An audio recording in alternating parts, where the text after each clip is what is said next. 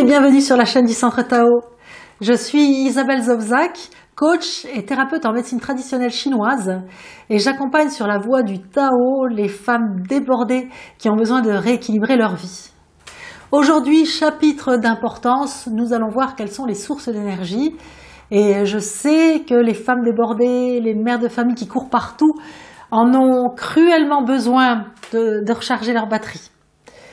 Nous allons commencer par la source primordiale, la principale, qui est l'air que vous respirez. La plupart des gens oublient complètement de penser à respirer parce que c'est automatique et donc ne se servent pas de ce magique outil qu'est la respiration. Souvent on est assis, on a les poumons qui reposent sur le diaphragme, qui reposent sur les viscères digestifs et la respiration est courte. Alors que pour se ressourcer en énergie, il faut avoir une respiration longue, il faut respirer jusqu'à la plante des pieds. Donc dès aujourd'hui, je vous encourage à faire 3 grandes respirations plusieurs fois par jour. Le matin avant de vous lever, à midi avant de manger, une fois au milieu de l'après-midi pour faire une petite pause, ensuite le soir avant de manger et puis le soir en vous couchant.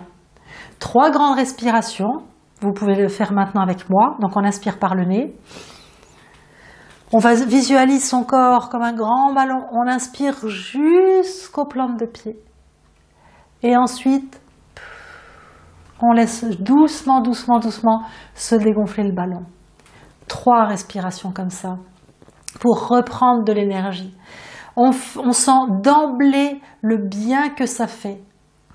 Pensez à le faire et quand vous le faites, dites-vous que vous allez vous poser et vous allez agir sans vous agiter. Piano, piano. Première source d'énergie. 5 fois par jour, 3 grandes respirations. Ça prend pas 3 minutes par jour à tout casser. Faites-vous ce cadeau.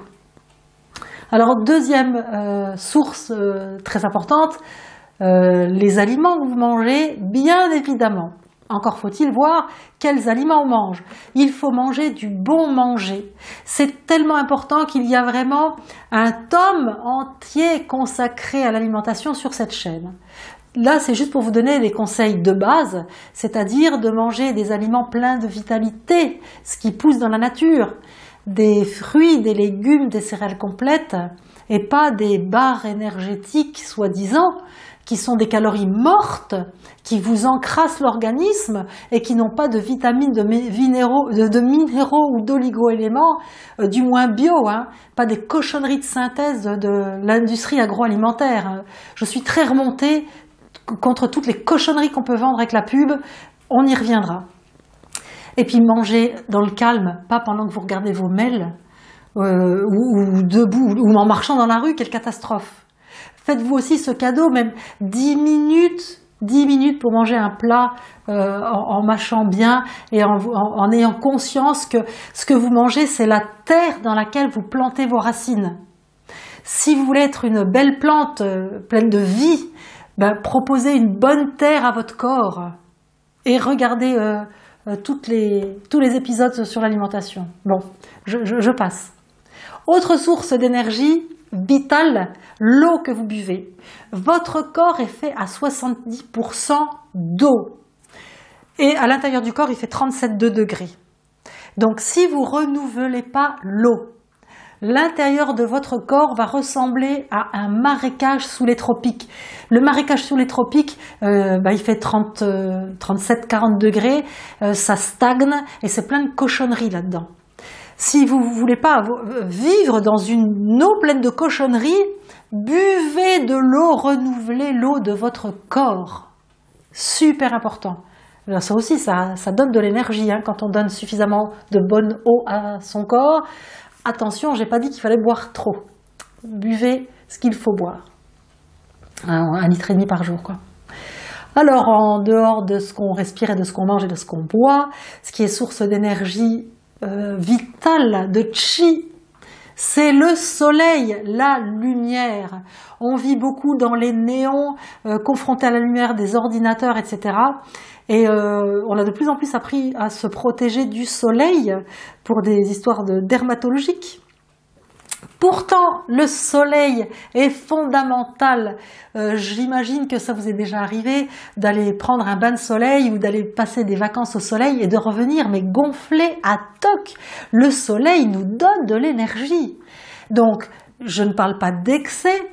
Ça m'étonnerait que je vous parle d'excès parce que je prône la voie du milieu. Donc, pas d'excès, mais pas dans l'autre sens non plus. Ne vous privez pas de soleil. Ne serait-ce que marcher au soleil dans la rue quand vous êtes, si tant est qu'il y en a.